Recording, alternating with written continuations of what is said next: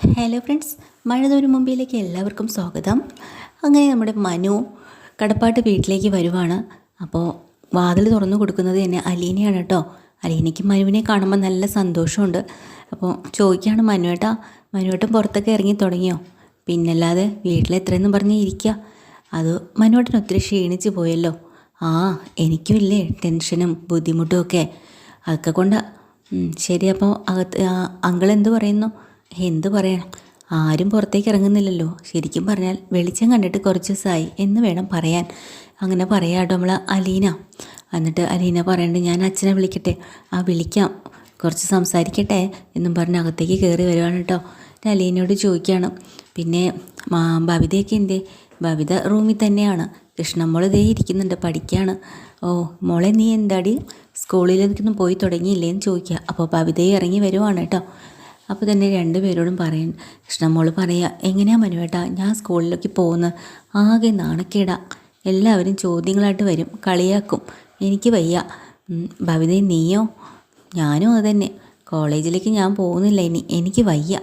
വല്ല ഹോസ്റ്റലിലോ വല്ല മാറി നിന്നാൽ വലിയ ബുദ്ധിമുട്ടുണ്ടാവില്ലായിരുന്നു. മനുവേട്ടൻ്റെ അനിയത്തി രഞ്ജിത കോട്ടയത്ത് നിന്നല്ലേ പഠിക്കുന്നത്. അവൾക്ക് പ്രത്യേകിച്ച് ബുദ്ധിമുട്ടൊന്നും ഇല്ലല്ലോ.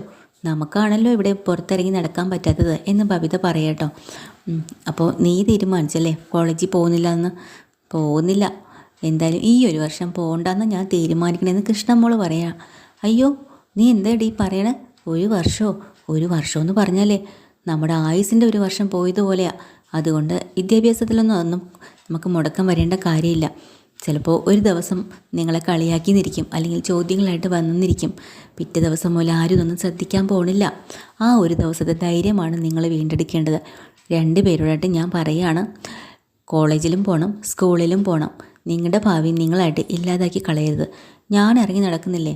ഞാൻ പുറത്തിറങ്ങുമ്പോഴും എന്നോടും പലരും ചോദിക്കുന്നുണ്ട്, ആ ഹരിയുടെ ഏട്ടനായിട്ടുള്ള നീ അറിഞ്ഞില്ലേടാ ഹരിയെക്കുറിച്ചുള്ള സ്വഭാവം? ഹരിക്ക് ഇങ്ങനെയൊക്കെയാണല്ലോ സ്വഭാവം എന്നൊക്കെ ചോദിക്കും. ഞാൻ എന്ത് പറയുന്നറിയോ? ആ, നിങ്ങളെപ്പോലെ തന്നെ എനിക്കും അറിയില്ല അവൻ ഇങ്ങനെയൊക്കെ ആയിരുന്നു എന്ന്. തീർന്നു. നിങ്ങളോടും ചോദിക്കുന്ന ചോദ്യങ്ങൾക്ക് ഇതുപോലെ അങ്ങ് മറുപടി പറഞ്ഞാൽ മതി. അപ്പോൾ ഭവിത പറയാം, ആണുങ്ങൾക്കൊക്കെ എന്തും പറഞ്ഞങ്ങ് രക്ഷപ്പെടാം. അതുപോലെയാണോ ഞങ്ങളുടെയൊക്കെ കാര്യം? എന്താ നിങ്ങളുടെ കാര്യത്തിന് എന്താണ്? കൂടുതൽ വീണ്ടും ചോദ്യമായിട്ട് ആരെങ്കിലും വന്നാൽ എന്താ ചൊറിയാൻ വരുന്നോ എന്ന് ചോദിക്കണം അങ്ങോട്ട്. അല്ലാതെ പേടിച്ച് മാറി ഒതുങ്ങി നടക്കല്ല വേണ്ടത് എന്നൊക്കെ ഇങ്ങനെ ഉപദേശം കൊടുക്കുമ്പോഴാണ് നമ്മുടെ ബാലചന്ദ്രൻ ഇറങ്ങി വരിക കേട്ടോ. മനു, നീ എപ്പോഴാടാ വന്നത്? ഞാനൊരു 10 മിനിറ്റ് ആവും. ആ, എങ്ങനെയുണ്ട് കടപ്പാട്ട്? നിൻ്റെ അനിയന് വേണ്ടി അവിടെ ആരെങ്കിലും ഇറങ്ങുന്നുണ്ടോ? പിന്നെ ശിവേട്ടനും മറ്റേയാളൊക്കെ പോയോ എന്ന് ചോദിക്കട്ടെ അനിയൻ. ആ, രണ്ടുപേരും അച്ഛനും രാജീവൻ കൊച്ചച്ഛനൊക്കെ അവിടെ ഉണ്ട്, പോയിട്ടില്ല. പിന്നെ ഫോൺ വിളിയോട് വിളിയാ തകർത്ത്. ആരെങ്കിലുമൊക്കെ കാല് പിടിച്ച് എങ്ങനെയെങ്കിലും ഹരിയെ പുറത്തിറക്കണമെന്നാണ്. ഒന്നും നടക്കാൻ പോകുന്നില്ല അങ്ങളെ, എനിക്ക് ഉറപ്പാണ്. അതെന്താടാ നീ അങ്ങനെ പറഞ്ഞത്? നിൻ്റെയും കൂടെ അനിയനല്ലേ? തെറ്റ് ചെയ്തവരെന്നാലും ശിക്ഷിക്കപ്പെടും അങ്ങളെ. അതിന് ഇവിടെ കോടതിയും കേസും ഒക്കെ ഉണ്ട്. അവർ തെറ്റ് ചെയ്തുകൊണ്ടാണല്ലോ അവരെ പിടിച്ചുകൊണ്ട് പോയത്. അതിന് ഇങ്ങനെ പല ആൾക്കാരെ കാല് പിടിച്ചും കൈയും പിടിച്ചെന്നും പറഞ്ഞ് അവരിപ്പോൾ ഇറക്കി വിടാനാണോ പോകുന്നത്? അല്ലെങ്കിൽ തന്നെ ഇവിടെ അലീനയാണെങ്കിൽ പോലീസ് പിടിച്ചുകൊണ്ട് പോയി എന്നറിഞ്ഞ സമയം മുതൽ എനിക്ക് അവൾക്ക് വേണ്ടി ഒന്നും ചെയ്യാൻ പറ്റിയില്ല. എന്തുകൊണ്ടാണ് ഞാൻ പോവാത്തതെന്ന് അങ്കിളിന് അറിയോ? അവിടെ ചെന്ന് കഴിഞ്ഞാൽ അയാൾ അത് കാണാൻ സമ്മതിക്കത്തില്ല. രണ്ടാമത് ചോദിക്കും, നിനക്ക് അലീനയായിട്ട് എന്താടാ ബന്ധം? നീ ആരാടാ അവിടുത്തെ എന്നൊക്കെ പറഞ്ഞ് കുറേ ചോദ്യങ്ങൾ. പോരാഞ്ഞിട്ട് എൻ്റെ അനിയനും ഇവിടുത്തെ രോഹിത്തും കൂടി അലീനയോട് ചെയ്ത കാര്യങ്ങളൊക്കെ പോലീസുകാരെ അറിഞ്ഞു വെച്ചുകൊണ്ടായിരിക്കുമല്ലോ ഈ ചോദ്യങ്ങളൊക്കെ എന്നോടും ചോദിക്കുന്നത്. അതുകൊണ്ടാണ് ഞാൻ അങ്ങോട്ട് പോയിട്ട് കാര്യമില്ല. അതുകൊണ്ട് തന്നെ അലീനയ്ക്ക് എന്നോട് ഇച്ചിരി പരിഭവം കാണുമല്ലേ എന്ന് ചോദിക്കുക കേട്ടോ. അപ്പോൾ അലീന പറയാം, അയ്യോ മനുവേട്ടാ, എനിക്ക് അങ്ങനെയൊന്നുമില്ല, എനിക്കൊരു ദേഷ്യമില്ല. പിന്നെ പോലീസ് പിടിച്ചുകൊണ്ട് പോയെന്നും പറഞ്ഞ് എനിക്കൊരു പേടിയും ഉണ്ടായിരുന്നില്ല. കാര്യം എന്താണെന്ന് എനിക്കാണെങ്കിൽ ഞാൻ പേടിക്കേണ്ട ആവശ്യം എന്താ? തെറ്റ് ചെയ്തവരുണ്ട് പേടിക്കാനായിട്ട്. അതുമാത്രമല്ല, അവസാനം അവർ തന്നെ എന്നെ പേടിച്ചു തുടങ്ങി. രാത്രി വരെ എന്നെ ഒരു പീഡനത്തിന് മുൾമുന്നിൽ നിർത്തി ചോദ്യങ്ങളും ചെയ്ത് അങ്ങനെ തന്നെ മാധ്യമങ്ങളോട് ഞാൻ പറഞ്ഞു കൊടുക്കുമെന്നും അവർക്കറിയാം. അതുകൊണ്ട് അങ്ങനെ വേണമായിരുന്നു മോളെ, അത് ചെയ്യണമായിരുന്നു എന്ന് ബാലചന്ദ്രൻ പറയാം. ഇല്ലച്ചാ, ആ വന്ന DYSP നല്ലൊരു മനുഷ്യനാണ്. അദ്ദേഹത്തിന് വേണ്ടിയിട്ട് അദ്ദേഹം വന്ന് പറഞ്ഞതുകൊണ്ടാണ് ഞാൻ പിന്നെ എന്നെ വിട്ടത്. പോലീസിൽ നല്ല ആൾക്കാരും ഉണ്ടല്ലോ, അതുകൊണ്ടാണ് ഞാൻ പിന്നെ അപ്പം തന്നെ ഇതൊക്കെ മറന്നത്. സാരമില്ല. അതൊക്കെ പോട്ടെ. പിന്നെ നീ എന്തായാലും വന്നത് എനിക്കും വലിയ സന്തോഷമായി. പിന്നെ മറ്റുള്ള കാര്യങ്ങൾക്ക് വേണ്ടി എന്തെങ്കിലും ചെയ്യാൻ പറ്റുമോ നോക്കാം. ഒന്നും നടക്കില്ല എന്ന് എനിക്ക് ഉറപ്പാണ്. കാരണം കേസ് അങ്ങനത്തെയാണ്, അതുകൊണ്ടാണ് ഞാൻ ഈ പറയുന്നത് എന്നൊക്കെ ഇങ്ങനെ മനു പറയാട്ടോ. എന്നിട്ട് ബബിതയെ ചെന്ന് ഉപദേശിക്കാൻ വേണ്ടി പോകുന്നുണ്ട്. അവരോട് പറയാം, നീ കാര്യങ്ങളൊക്കെ അറിഞ്ഞല്ലോ അല്ലേ? അതെ, അമ്മയും അച്ഛനും തമ്മിൽ പിരിയാൻ പോവുകയാണെന്ന്. ആ അറിഞ്ഞു. നിനക്ക് അമ്മയോട് പറയാൻ മേലായിരുന്നോ? ഞാൻ പറഞ്ഞ അമ്മ കേൾക്കത്തില്ല. അമ്മ ഇനി അതിൽ നിന്ന് മാറണമെങ്കിൽ ഇവിടുന്ന് അലീനെ പറഞ്ഞു വിടണം. അവൾ വന്ന അന്ന് മുതലാണ്. ദേ മിണ്ടാതിരിക്കുക, അവളെ കുറ്റം പറയേണ്ട ആവശ്യമൊന്നുമില്ല. പിന്നെ ഞാൻ നിന്നോടൊരു കാര്യം പറയാം, നീ ആളത്ര ശരിയാണോ, നല്ലതാണോ? നീ ഈ കുടുംബത്തിന് നിരക്കാത്തതായിട്ട് എന്തെങ്കിലും തെറ്റ് ചെയ്യുന്നുണ്ടോ? എന്താ മനോട്ട് അങ്ങനെ പറയുന്നത്? ഞാൻ അങ്ങനെയൊന്നും ചെയ്യത്തില്ല എന്ന് ബബിത പറയാം. അപ്പോൾ നിൻ്റെ അമ്മയും ഇതുപോലെ പണ്ട് എന്തൊക്കെയോ തെറ്റുകൾ ചെയ്തിട്ടുണ്ട്. അത് അറിഞ്ഞുകൊണ്ടാണ് ബാലചന്ദ്രൻ അങ്കിള് ഇങ്ങനെയൊക്കെ ദേഷ്യപ്പെടുന്നത്. അത് നിനക്കറിയോ? പക്ഷെ നിൻ്റെ അമ്മയോട് പോയി ഇത് ചോദിച്ചാൽ എന്താ പറയുക? ഞാൻ അങ്ങനെയൊന്നും ചെയ്തിട്ടില്ല എന്നല്ലേ പറയൂ? അത് തന്നെയാണ് നീയും ചെയ്യുന്നത്. അതെന്തിനാ എന്നെ കുറ്റപ്പെടുത്തുന്ന അവരുടെ കാര്യത്തിൽ? ഞാൻ നിന്നോടൊരു കാര്യം പറയാം. നീ മക്കൾ ഒറ്റക്കെട്ടായിട്ട് നിന്നാൽ അച്ഛനും അമ്മയും പിരിയില്ല. പക്ഷേ എനിക്കത് സാധിക്കില്ല. അമ്മയുടെ ഭാഗത്തെ ന്യായം. ആര് പറഞ്ഞു അമ്മയുടെ ഭാഗത്തെ തെറ്റ് അച്ഛൻ്റെ ഭാഗമാണ് ന്യായം എന്നിങ്ങനെ പറയാട്ടോ. അതൊക്കെ കഴിഞ്ഞിട്ട് നമ്മുടെ ബബിത അടുക്കുന്നില്ല എന്നറിയുമ്പോൾ തന്നെ ബബിതയോട് പറയുന്നുണ്ട്, നീ കൂടുതൽ നല്ല പിള്ളയൊന്നും ചമയണ്ട. നിൻ്റെ ഫോൺ ഹരിയുടെ ഫോൺ നീ പിടിച്ച് വാങ്ങി പൊട്ടിച്ച് കളഞ്ഞില്ലേ? എന്തിനായിരുന്നു അത്? അത് ഞാൻ അവനോട് പിണക്കായിരുന്നുണ്ടാ.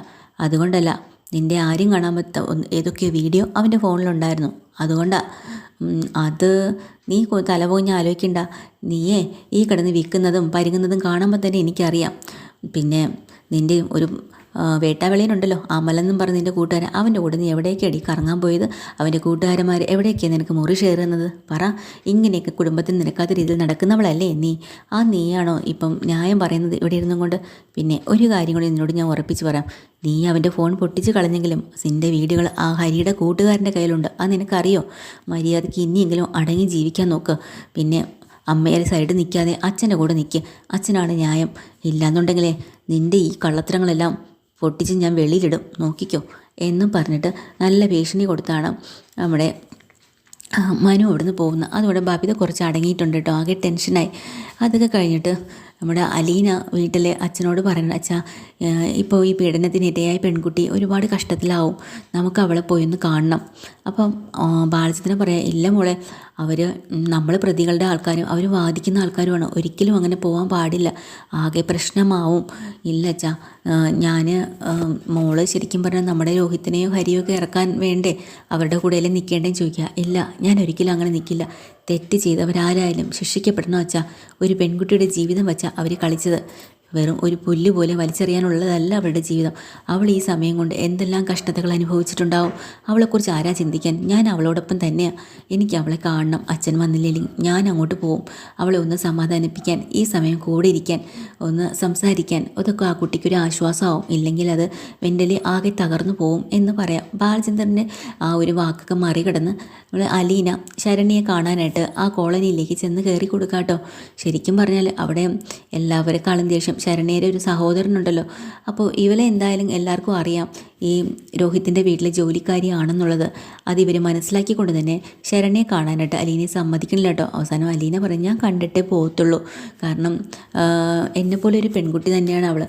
അങ്ങനെ ബ്രെയിൻ വാഷ് ചെയ്തും പൈസ തന്നും ഒതുക്കാനൊന്നും നോക്കണ്ടടി എന്ന് നാട്ടുകാരങ്ങോട്ട് വളയും കേട്ടോ. ഇതെല്ലാം കണ്ടും കേട്ടും നിൽക്കുന്ന ശരണ്യയുടെ സഹോദരൻ ഒരു കുടം വെള്ളമൊക്കെ എടുത്തുകൊണ്ട് വന്നിട്ട് നമ്മുടെ അലീനയുടെ ദേഹത്തേക്ക് കോരി ഒഴിക്കുന്നുണ്ട്. ഇറങ്ങി പോടിയെന്നും പറഞ്ഞുകൊണ്ട് എല്ലാവരും ചൂലും അതും ഇതും ഒക്കെ എടുത്ത് അലീനെ അടിച്ചിറക്കാനായിട്ട് നാണം കെടുത്താട്ടോ കഷ്ടപ്പെടുത്തുന്നുണ്ട് അവിടെയിട്ട്. അലീന ആകെ എന്ത് ചെയ്യണമെന്ന് അറിയാതെ അങ്ങനെ ആ കോളനിക്കകത്തുള്ള ചുറ്റും ആൾക്കാരുടെ നടുവിൽ പെട്ടു പോകാനായിട്ട് എപ്പിസോഡിൽ ഡീറ്റെയിൽഡ് എപ്പിസോഡുമായി വീണ്ടും വരാം. ചാനൽ ഇഷ്ടമായി ലൈക്ക് ചെയ്യുക, സബ്സ്ക്രൈബ് ചെയ്യുക. Thank you.